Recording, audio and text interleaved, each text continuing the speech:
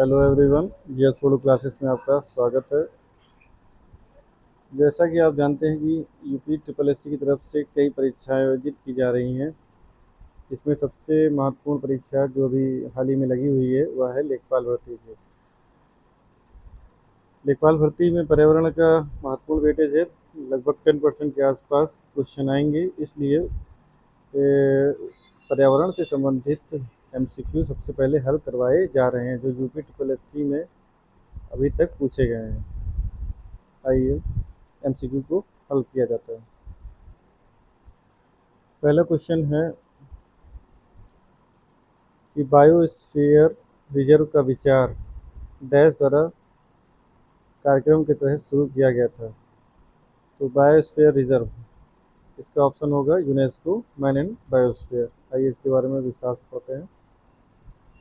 UNESCO UNESCO पर्यावरण से संबंधित एक संस्थान है जिसका मुख्यालय कहाँ है? पेरिस में है।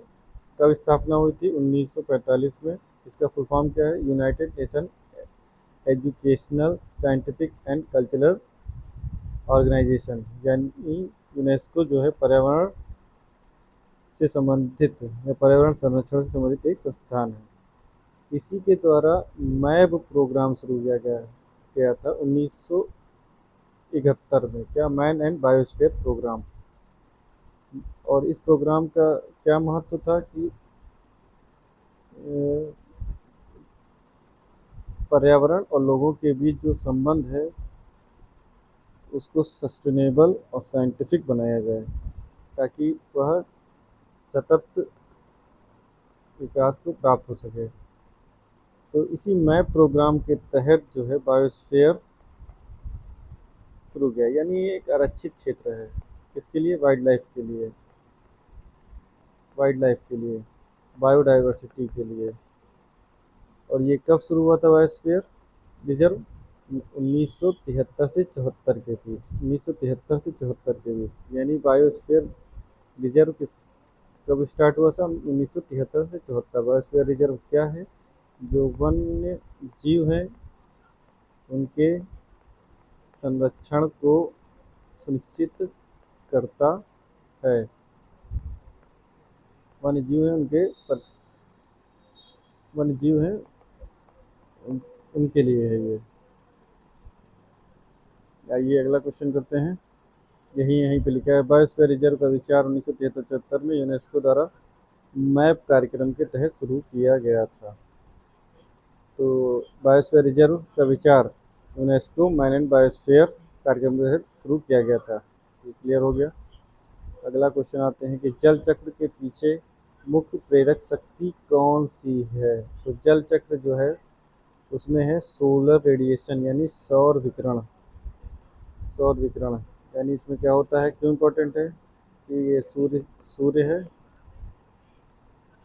एक मिनट, ये सूर्य है और ये मान लीजिए नदी है।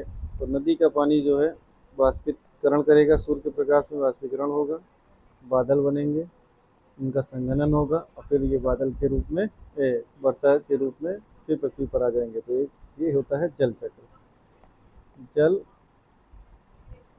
जल चक्र। तो इसमें सबसे इम्पोर्टेंट किसकी भूमिका है? सौर विकिरण की वाष्पीकरण में। तो वाष्पीकरण में,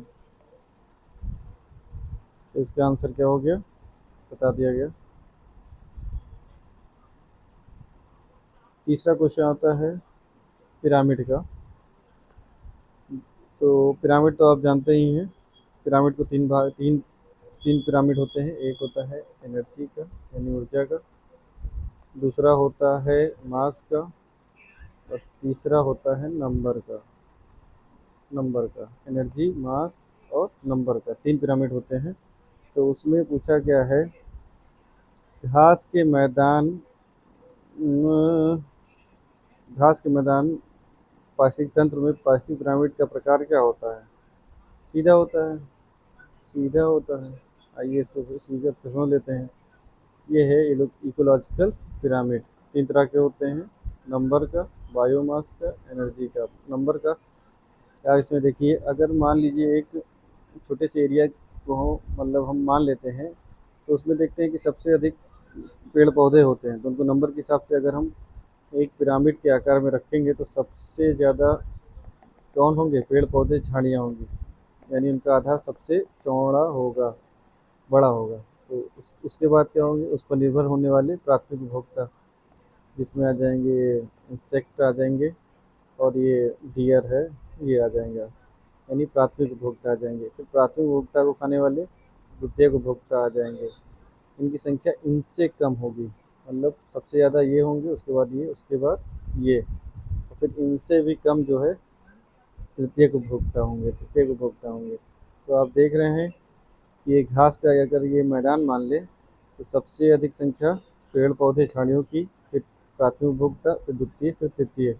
इसमें एक बहुत इम्पोर्टेंट है, अगर ये नंबर का देख रहे थे, लेकिन अगर बायोमास का करें, यानी अगर हम वेट का वाला देखें, तभी इसका जो है घास के मैदान में सीधा बनेगा।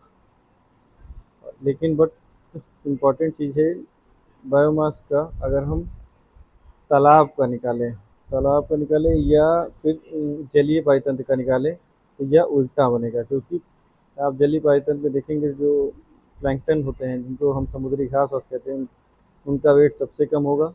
फिर उनको खाने वालों का उससे थोड़ा ज़्यादा होगा, और सबसे ज़्यादा वेट किनका होगा? जो बड़ी मछलियाँ होंगी। तो इसका पिरामिड उल्टा बनता है जलीय परितंत्र में। तो ये बहुत ज़्यादा इम्पोर्टेंट है कि किसका पिरामिड, बायोमास का पिरामिड कहाँ पर उल्टा बनता है, तो जलीय परितंत्र में। फिर तीसरा एनर्जी का है। सूर्य के प्रकाश में प्राप्त उत्पादक जो होते हैं अपनी ऊर्जा बनाते हैं, सबसे ज़्यादा एनर्जी वहीं होती है। उसके बाद प्राइमरी कंज्यूमर के पास, फिर सेकेंडरी, फिर टर्सरी। तो इसका भी सीधा ही बनता है। तो आपने नंबर का देख लिया, बायोमास का देख लिया, और एनर्जी का देख लिया। तो इस क्वेश्चन में यही पूछा गया कि घास के मैदान पारिस्थितिक तंत्र में पारिस्थितिक पिरामिड का प्रकार है। हालांकि यहाँ पे नंबर का मेंशन नहीं किया गया है, बट ये नंबर की ही ओर इंगित करता है, इसलिए इसका आंसर होगा सीधा। ये देखिए, ऑप्शन डी दिया भी गया है। अगला क्वेश्चन आता है कि अचानक अचानक मार अमरकंटक बायोस्फीयर रिजर्व कहाँ है? अब देखिए, बायोस्फीयर रिजर्व हमने पढ़ रखा है। हालांकि इसका जो है ई होगा। अचानक मार जो है एमपी में पड़ता है, मध्य प्रदेश एमपी में पड़ता है। तो आइए मैप प्रोग्राम के तहत और इंडियन गवर्नमेंट की तरफ, इंडियन गवर्नमेंट की तरफ से कितने बायोस्फीयर रिजर्व जो है घोषित किए गए हैं। तो मैप प्रोग्राम के तहत इंडिया में इंडिया में कितने हैं? 13 बायोस्फीयर हैं, बायोस्फीयर रिजर्व हैं। और जबकि इंडिया में इन्वायरमेंट प्रोग्राम के तहत कितने हैं? 18 बायोस्फीयर रिजर्व हैं। तो आइए इन बायोस्फीयर रिजर्व को देख लेते हैं। ये देखिए, अभी हमने आपको कौन सा पढ़ाया था? अचानक मार अमरकंटक बायोस्फीयर रिजर्व। तो ये कहाँ पड़ेगा? एमपी छत्तीसगढ़ बॉर्डर पे पड़ जाएगा। एमपी एमपी छत्तीसगढ़ बॉर्डर पे, ठीक है। दूसरा पड़ जाता है पना। तीसरा है पंचमढ़ी बायोस्फीयर रिजर्व। 1 2 3 ये आपका मर्ज पड़ जाएगा। और ये जितने आपको मोटे वाले दिख रहे हैं इस तरह के डॉट में, वो क्या है? मैप प्रोग्राम के तहत है, मैप प्रोग्राम के तहत। तो ये आपको 1 2 3 यही मिल गए। उसके अलावा ये सिमली पाल नेशनल पार्क, जो कि उड़ीसा में पड़ता है, उड़ीसा में पड़ता है। एक ये हो गया। एक सुंदरबन, जो कि पश्चिम बंगाल में पड़ेगा, वेस्ट बंगाल में पड़ेगा। नोक रेक ये आपको मिल जाएगा मेघालय में। और ये देखिए, कंचनजंगा नेशनल पार्क, कंचनजंगा सिक्किम में पड़ जाएगा। तो आपके कितने हो गए? 1 2। Kanchenjunga national park. Nanda Devi biosphere reserve आपको कहाँ पड़ जाएगा? उत्तराखंड में। कोल डेजर्ट आपका कहाँ पड़ जाएगा? हिमाचल प्रदेश में पड़ जाएगा। उसके अलावा आप नीलगिरी बायोस्फीयर रिजर्व कहाँ पड़ जाएगा? तमिलनाडु केरल बॉर्डर पे आप देख रहे हैं। अगस्तमलाई बायोस्फीयर कहाँ पड़ जाएगा? ये भी तमिलनाडु और केरल के बॉर्डर में। और गल्फ ऑफ मन्नार, तो ये कौन से हो गए? और ग्रेट निकोबार बायोस्फीयर रिजर्व। तो ये आप देखेंगे 12 से 13 होंगे। 1 2 3 4 5 6 7 8 9 10, 11, 12, 13, 13 जो है मैप प्रोग्राम के तहत बायोस्फीयर रिजर्व हैं। इसके अलावा जो बायोस्फीयर रिजर्व इन इंडिया यानी इंडियन गवर्नमेंट या एनवायरनमेंट की तरफ से किया गया है वो 18 है। तो इसमें और देख लो, शेषाचलम हिल्स कहाँ पड़ेगा? ये आप कौन सा पड़ेगा? ये आंध्र प्रदेश पड़ेगा। ये आंध्र प्रदेश में है, आंध्र प्रदेश में शेषाचलम है। ग्रेट रन ऑफ कच्छ ये भी गुजरात में पड़ेगा। तो और ये एक है कि मानस नेशनल पार्क असम में पड़ेगा। डिब्रू डिब्रू कहाँ पड़ेगा? ये भी आपको असम में मिल जाएगा। दिहांग दिबांग कहाँ पड़ेगा? ये अरुणाचल प्रदेश पड़ जाएगा। तो इस तरह आप देखेंगे कि 18 जो है ये हो गए और ये उसी में इंक्लूड है 13, यानी 5 प्लस एक्स हैं एक्स्ट्रा। तो आप इनकी लोकेशन याद कर लीजिए क्योंकि अक्सर ये पूछ लिए जाते हैं कि सिमलीपाल नेशनल पार्क कहाँ है, तो आपको याद रहना चाहिए कहाँ पे है, उड़ीसा में। सुंदरबन कहाँ पड़ेगा? तो वेस्ट बंगाल में है। नोकरेक कहाँ है? मेघालय में है। मानस कहाँ है? असम में है। डिब्रू कहाँ है? असम में है। और दिहांग दिबांग कहाँ है? कंचनजंगा तो बहुत इंपॉर्टेंट है, अक्सर एग्जाम पूछ लिया जाता है, सिक्किम में है। पन्ना कहाँ पे है? पंचमढ़ी बायोस्फीयर है। पंचमढ़ी एक मतलब टूरिस्ट प्लेस भी है, तो उससे याद कर लो। अचानक मार वाला कहाँ पड़ जाएगा? और नीलगिरी वाला बहुत इंपॉर्टेंट है, कभी ना कहीं पूछ लिया जाता है एग्जाम में कहाँ पड़ता है। इतना ही आता है कि ये कहाँ पड़ता है, कहाँ किस स्टेट में है। तो आपको बस इतना लोकेशन याद रखनी है और इसी से रिलेटेड क्वेश्चन आने भी हैं। और आपको यहाँ दिखाया भी गया है कि अचानक मार अमरकंटक बायोस्फीयर रिजर्व। तो अमरकंटक चोटी भी है, आप जानते ही हैं, एमपी में, विंध्याचल श्रेणी में। तो आप तो यहाँ पे क्या हो जाएगा? मध्य प्रदेश में पड़ जाएगा। पृथ्वी के पारिस्थितिकी तंत्रों पर मानवीय मांग का माप क्या है? क्या है आप बताइए? इकोलॉजिकल फुटप्रिंट, इकोलॉजिकल फुटप्रिंट पद चिन्ह, आइए इसके बारे में देख लेते हैं क्या है। पारिस्थितिक तंत्र के विभिन्न घटकों का उपयोग मानव जीवन के लिए आवश्यक है। पारिस्थितिकी घटकों की वह आवश्यक मात्रा जो मनुष्य को उसकी जीवन शैली को सुचारू रूप से चलाने के लिए आवश्यक होता है, पारिस्थितिक पदछाप कहलाता है, इकोलॉजिकल फुटप्रिंट कहलाता है। यानी कि एक मानव को अपना जीवन यापन करने के लिए जितने प्राकृतिक संसाधनों की आवश्यकता पड़ती है, तो उसे ही क्या कह लिया जाता है? Ecological ecological footprint, ecological footprint, ecological footprint कह दिया जाता है, इकोलॉजिकल फुटप्रिंट कह दिया जाता है, पदछाप कह दिया जाता है। तो आप इसको याद रखिए। तो वही इसी से रिलेटेड क्वेश्चन है कि पारिस्थितिक तंत्र पर मानवीय मांग का माप क्या है? Ecological footprint, ecological footprint, ecological footprint. तो ये 5 क्वेश्चन आपके हो गए। अब बचा छठे क्वेश्चन पे आते हैं। हम्म, हम्म, निम्नलिखित में से कौन सा जीव पारिस्थितिक तंत्र में अपघटक के रूप में कार्य करता है, यानी डिकम्पोजर के रूप में कार्य करता है? डिकम्पोजर के रूप में कार्य करता है। डिकम्पोजर कौन होते हैं? एक तो हम जानते हैं, एक होता है उत्पादक, जो सूर्य के प्रकाश में क्या होता है? भोजन बनाता है, जिसे हम पेड़ कहते हैं। उसके बाद प्राइमरी कंज्यूमर आता है, फिर सेकेंडरी कंज्यूमर आता है, फिर टर्सरी कंज्यूमर आता है। उसके बाद क्या आ जाता है? डिकम्पोजर आते हैं, डिकम्पोजर आते हैं, जिससे कोई जीव मर गया तो उसकी बॉडी को डिकम्पोज कर देते हैं। जिसमें आ जाते हैं बहुत से चींटी है और भी कई चीज़ें हैं। या कोई पेड़ है सड़ गया तो उसको दीमक है या केचुआ है, तो इन सबको डिकम्पोजर कहते हैं, तो इनको अपघटक कहते हैं। तो इसमें कौन कौन सा पड़ेगा? लायन और टाइगर ये तो टर्सरी में आ जाते हैं, कंज्यूमर में आ जाएंगे। गाय और भैंस प्राइमरी कंज्यूमर में है। पौधे उत्पादक है, प्रोड्यूसर है। तो बैक्टीरिया और कवक किसी भी चीज़ में रड़ के उस किसी भी वस्तु में लग के उसको सड़ा गला के फिर से उसको मृदा में मिला देते हैं। तो ये कौन हो गए? अपघटक के रूप में कार्य करते हैं। आइए 7वें क्वेश्चन की तरफ चलते हैं। यही जो हमने आपको समझाया है वही यहाँ पे लिखा हुआ है। निम्नलिखित में से कौन सी बायोडिग्रेडेबल जैव निम्नीकरण सामग्री नहीं है? बायोडिग्रेडेबल सामग्री नहीं है, यानी अगर वो वस्तु सड़ गल के पुनः मिट्टी में मिल नहीं जाती, तो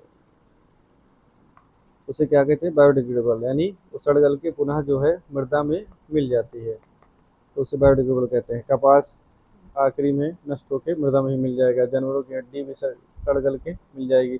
लकड़ी भी देखते होंगे, लकड़ी का पराठा बनता है फिर मिट्टी में मिल जाती है, लेकिन एल्यूमिनियम फॉइल क्या होता है, वो लाखों वर्षों तक क्या होता है, वैसा कई वैसा मृदा में पड़ा रहता है। तो ये बायोडिग्रेडेबल यानी जैव निम्नीकरण सामग्री नहीं है। इसी तरह कभी कभी पूछ लेता है एल्युमिनियम की जगह पे प्लास्टिक डाल देता, तो ये भी बायोडिग्रेडेबल नहीं है। और परितंत्र के दो मूल घटक कौन कौन से हैं? हमने बताया था जैविक घटक, हमने बताया था जैविक घटक, और दूसरा बताया था अजैविक घटक। अब जैविक घटक में क्या क्या आता है? जैविक घटक में जितने भी जीव हैं, पशु पक्षी हैं, मानव हैं, सिर्फ जैविक घटक में आ जाएगा। अजैविक घटक में कैसे क्या आ जाएगा? जिससे है मृदा है पहाड़ है, कुछ भी है जो जिसमें जीवन नहीं है वो आ जाएगा। तो अक्सर ये क्वेश्चन पूछ लिया जाता है। तो पाइथन के दो मूल घटक कौन कौन से हैं? जीवीय और अजीवीय। तो यही हो गया। ये दो क्वेश्चन अक्सर पूछे जाते हैं। हालांकि पहले लेक्चर में हमने उसमें बताया है, जिसमें हम कि सर्वप्रथम पारसिक तंत्र शब्द का प्रयोग किसने किया था?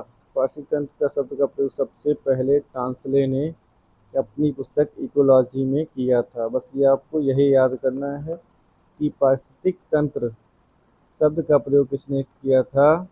टांसले ने। आपको बस ये क्वेश्चन रट लेना है।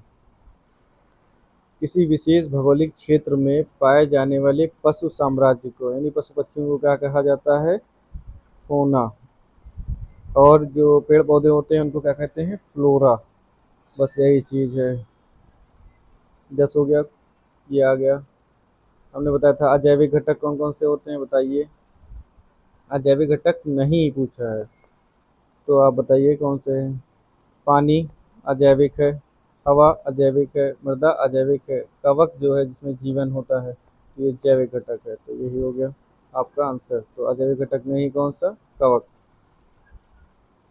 फिर आता है, आपको कुछ एक्ट हम बता देते हैं। ये 8 एक्ट हैं और ये इतने इम्पोर्टेंट हैं, मोस्ट इम्पोर्टेंट है, मोस्ट इम्पोर्टेंट है। आपको इसमें कुछ करना नहीं है, बस ये याद करना है कि ये किस सन में आए। कभी कभी ये डायरेक्ट पूछ लेता है, कभी कभी उसके सामने गलत सन लिख के पूछ लेता है कि क्वेश्चन में ये कौन सा, ये कौन सा नहीं है। तो ये आप 8 जो है आपको रट लेने हैं।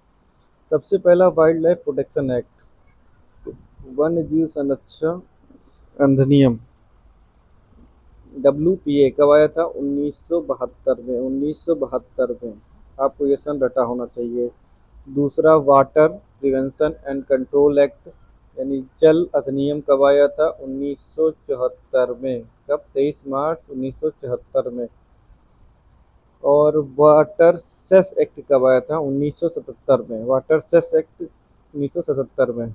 सेस एक्ट का मतलब होता है कि आप, सेस क्या होता है? एक प्रकार का टैक्स होता है जो पहले ही बता दिया जाता है में कि किस चीज़ पे यह खर्च होगा। जब टैक्स को पहले ही बता दिया जाए कि यह किस चीज़ पे खर्च होगा तो वो सेस हो जाता है। तो ये वाटर पे खर्च होगा, इसलिए वाटर सेस एक्ट हो गया 1977 में। तो पहला हो गया वाइल्ड लाइफ प्रोटेक्शन एक्ट, दूसरा हो गया water act 1974, water cess cess act 1970 हो गया। फॉरेस्ट कंजर्वेशन एक्ट 1980, यानी फॉरेस्ट एक्ट कब आया? 1980 में। उसके बाद एयर एक्ट कब आया? 1981 में। एयर एक्ट कब आया? 1981 में।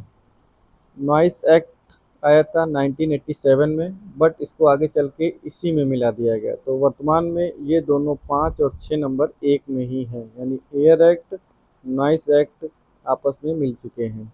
तो लेसन याद रखिएगा। सबसे ज़्यादा इम्पोर्टेंट है इन्वायरमेंट प्रोटेक्शन एक्ट 1986, जिसे अम्ब्रेला एक्ट भी कहते हैं। अम्ब्रेला एक्ट भी कहते हैं, यानी छाता अधिनियम भी कहते हैं, 1986 में आया। और 8वां में क्या पढ़ना है? बायोलॉजिकल डाइवर्सिटी एक्ट, जैव विविधता अधिनियम कब आया? 2002 में। तो ये 8 एक्ट जो बहुत ही इम्पोर्टेंट हैं, आपको रटे होने चाहिए और इससे अच्छा क्वेश्चन आते हैं। आइए क्वेश्चन देखते हैं 12 नंबर का। वन संरक्षण अधिनियम हमने अभी बताया। फॉरेस्ट एक्ट कब आया? 1980 में। 1980 में। फिर आता है, ये तो करंट का क्वेश्चन है तो आप इसको छोड़ दीजिए, आगे बढ़ते हैं। एक आया था, आपको ये 8 मिशन आपको याद होने चाहिए। 2008 में 8 मिशन आए थे, 8 मिशन, और इसको आप बिल्कुल रट लीजिए, आने ही आने हैं। या कभी कभी क्या होता है, सन पूछ लेता है कि सोलर मिशन की शुरुआत कब हुई, तो आपको सीधे सीधे 2008 लगाना पड़ेगा। या कभी कभी दे देता है कि उन 8 मिशनों, आठ आठ मिशन में नेशनल एक्शन, उन 8 मिशन में कौन सा शामिल नहीं है, तो उसमें कोई इन 8 से अलग दे देगा, तो उसमें आपको बताना होगा। तो ये 8 मिशन आपको याद होने चाहिए। एक है नेशनल सोलर मिशन, सौर सौर मिशन है। National mission on sustainable habitat यानी आवास से है, सतत आवास से है। National mission for sustaining the Himalayan ecosystem से है, हिमालयन इकोसिस्टम का है। एक है national mission for enhanced energy efficiency, energy efficiency पे है। एनर्जी एफिशिएंसी क्या होता है कि मान लीजिए हम एक फ़ैन चलाते हैं, तो पुराने पंखे आप जानते थे कि एक, इससे समझ लीजिए कि एक पहले हमारे घरों में 100 वाट का बल्ब लगता था, बट अब क्या है 8 वाट 9 वाट के ही बल्ब लगते हैं। तो हमारी क्या है, एनर्जी एफिशिएंसी यानी जो हमारी ऊर्जा की खपत थी उसको हमने कम कर दिया, उसको ऊर्जा को खपत को कम कर दिया। और ये कैसे संभव हुआ? टेक्नोलॉजी के माध्यम से, तो उसी पर ये रिलेटेड है। National mission for enhanced energy efficiency. National water mission एक है। National mission on strategic knowledge for climate change. National mission for a green India. National और है national mission for sustainable agriculture. तो ये 8 मिशन हैं, आप इसको ज़रा सा देख लीजिए। National solar mission, national mission for sustainable habitat, national mission for sustaining the Himalayan ecosystem, national mission for enhanced energy efficiency, national water mission, national mission on strategic knowledge for climate change, national mission for a green India, green India का है, एवं national mission for sustainable agriculture का। तो ये 8 mission आपको याद होने चाहिए। National action plan on climate change पे, तो ये 8 मिशन आपको याद होने चाहिए। इस पर हम एक शॉर्ट वीडियो बना देंगे, ट्रिक जिसमें होगी, आप उसको बस एक बार देख लीजिएगा, तो ये आपको 8 के 8 मिशन आपको याद हो जाएंगे। अब आते हैं, कौन सा बच्चा था, 14 क्वेश्चन पे आते हैं। ये 14 मिशन पे जो आपको अभी हमने बताया था, ये थोड़ा देख लीजिए। जैविक विविधता अधिनियम कब आया हमारे वहाँ? आप यहाँ देख लीजिए क्वेश्चन में। बायोलॉजिकल डाइवर्सिटी एक्ट 2002 में आया, बट इसका संशोधन कब हुआ?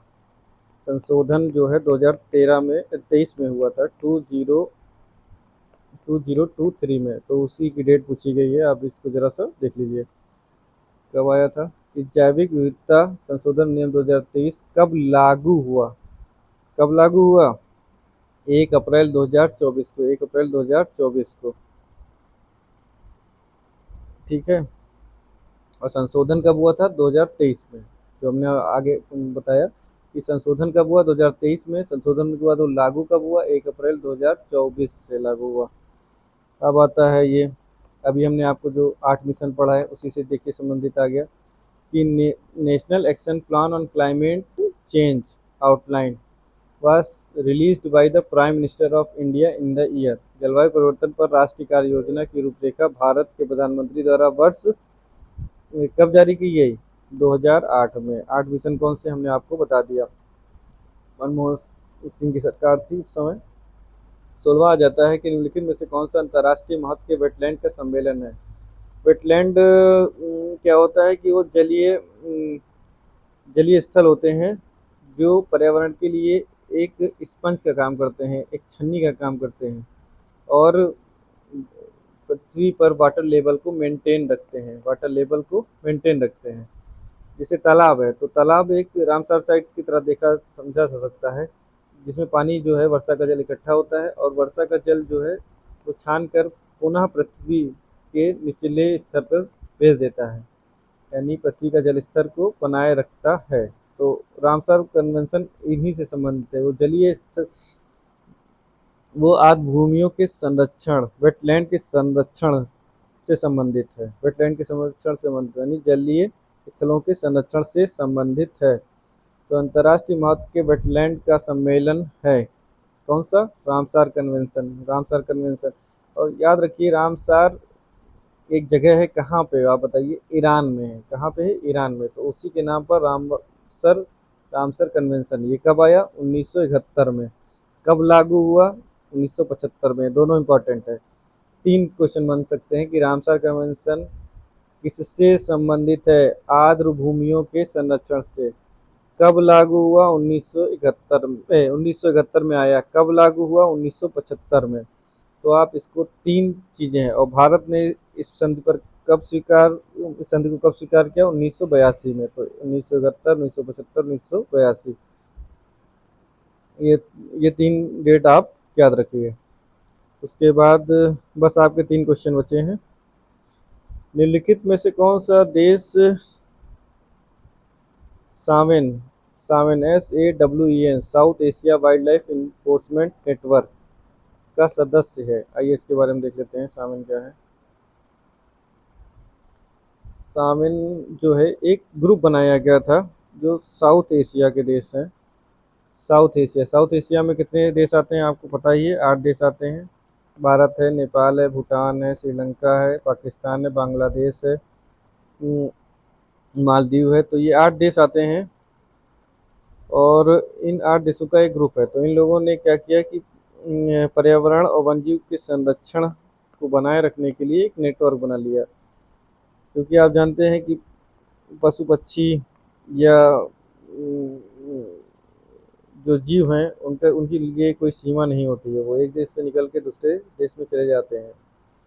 तो ऐसा ना हो कि भारत किसी जीव को बचाने के लिए भरसक प्रयास कर रहा हो, बट वो नेपाल में जाता है, या हाथी जब भारत से नेपाल जाता है तो वहाँ उसका शिकार हो जाता है। तो ऐसा ना हो, इसलिए ये 8 देश जो है एकत्रित हुए और उन्होंने इस नेटवर्क का निर्माण किया जिसको कहा जाता है सावेन, South Asia wildlife enforcement network. कब बना? 2011 में। तो आप इसको देख लीजिए।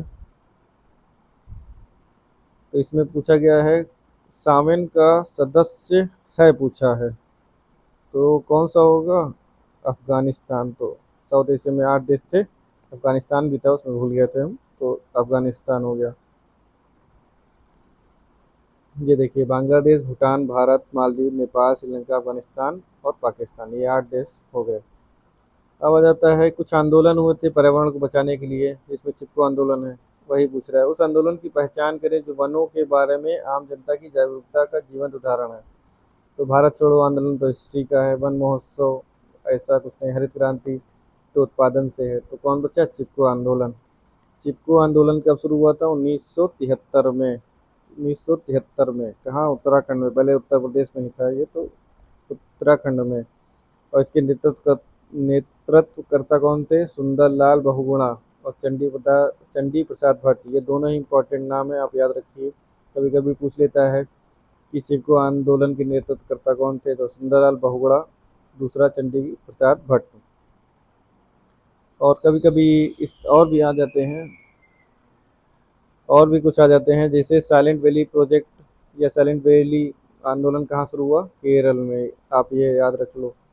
अपिक्कू आंदोलन कहाँ हुआ? कर्नाटक में। नर्मदा बचाओ आंदोलन कहाँ हुआ? गुजरात, मध्य प्रदेश और महाराष्ट्र, मेनली मध्य प्रदेश में। तो ये याद रख लेना है आपको। जैविक संरक्षण में प्रकाशित एक नए अध्ययन के अनुसार किस मुद्दे के कारण कई अनोखे जानवर और पौधे विलुप्त हो जाएंगे? तो वही क्लाइमेट चेंज की बात कर रहा है कि कौन सा मुद्दा इस समय ज्वलंत बना हुआ है? Climate change. क्लाइमेट चेंज क्यों हो रहा है? ग्रीन हाउस गैस उत्सर्जन के कारण। तो इसका आंसर क्या हो जाएगा? ये ग्रीन हाउस गैस, क्या आपको पता ही है कौन कौन सी होती है ग्रीन हाउस गैस? में आपको बहुत सी गैसें मिल जाएंगी, CO2 मिल जाएगी, मीथेन मिल जाएगी, वाटर है उसमें, नाइट्रोजन, नाइट्रोजन के ऑक्साइड है। चिप, फिर 20वां क्वेश्चन कौन सा है, चिपको आंदोलन संबंधित है किससे, आप बताइए, अभी आपने पढ़ा है। बाक्स परियोजना से नहीं, पादप प्रजनन से नहीं, घड़ियाल से नहीं, पादप संरक्षण से नहीं। कब, 1973 में। कौन कौन थे, आप हमने बताए थे, चंडी प्रसाद थे और परसुंदर बहुगुणा। तो ये आपके 20 क्वेश्चन यहीं पे समाप्त हो जाते हैं। आगे के MCQ से संबंधित वीडियो आते रहेंगे, कृपया चैनल को सब्सक्राइब अवश्य कर लें। यस फोड़ू, ताकि आपको रेगुलर इसका वीडियो मिलता रहे। कमेंट भी आप करिए, इसमें क्या कमियां हैं बताते रहिए। धन्यवाद।